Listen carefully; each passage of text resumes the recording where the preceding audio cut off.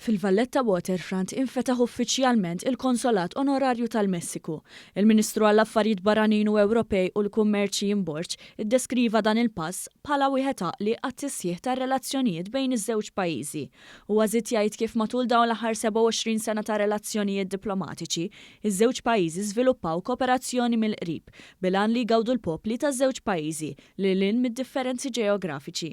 Il-Ministru għall-Affarijiet Barranin fisser laċ qawwi għan-negozju u l-kummerċ bejn iż-żewġ pajjiżi u aċċenna wkoll għall-opportunitajiet b'saħħithom fejn flimkien jistgħu jikkollaboraw anke fejn tidħol il-loġistika u trasport.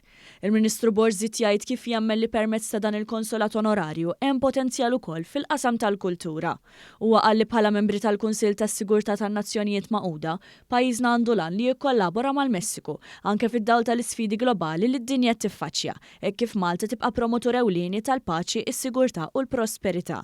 Huwa qal li Malta se tkun ukoll qed tkompli timbotta favur relazzjoni aktar tanġibbli bejn l-Unjoni Ewropea u l-Istati Uniti tal-Messiku bħala sieħeb ewlieni fl-Amerika Latina. Il-politika barranija tagħna titlaq lil hinn mill-kontinent, mill-Unjoni Ewropea, mir-reġjun tagħna importanti tal-Mediterran, għaliex iridu nkomplu nsaħħu r-relazzjoni tagħna mal-kumplament tad-dinja. Din il-ġimgħa l-Ministru għall-Affarijiet Barranin u Ewropej u l-Kummerċ Jim Burch kellu wkoll laqgħa bilaterali mal-Ambaxxatur tal-Messiku għal pajjiżna.